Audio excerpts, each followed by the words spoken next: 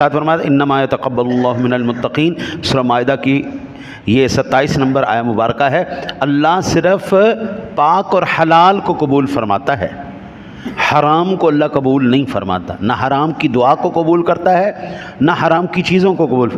پھر جو بخاری شریف کی مسلم شریف کی 1015 نمبر حدیث پاک سے ہمیں یہ خلاصہ ملتا ہے کہ اللہ تعالیٰ کے پیارے حبیب ارشاد فرماتے ہیں کہ جس بندے کا کھانا حرام ہو، پہننا حرام ہو، جس کا اوڑھنا حرام ہو، جس کا بچھونا حرام ہو، وہ چاہے جتنی مرضی گڑ گڑا کر اللہ سے دعائیں کرتا رہے، اللہ قبول نہیں فرمانے والا۔ پیٹ میں بھی حرام، تن پہ بھی حرام حضرت، تو پھر اللہ کیسے قبول فرمائے؟ چاہے اس کے بال بکھرے ہوئے ہوں، چاہے غبار آلود ہوں، چاہے وہ جتنا مرضی گڑ گڑا کے دیواروں میں ٹکرے مار کے اللہ سے مانگے، اس کی دعا قبول نہیں کی جائے گی۔ قبولیت کی شرائط میں ایک یہ بھی ہے کہ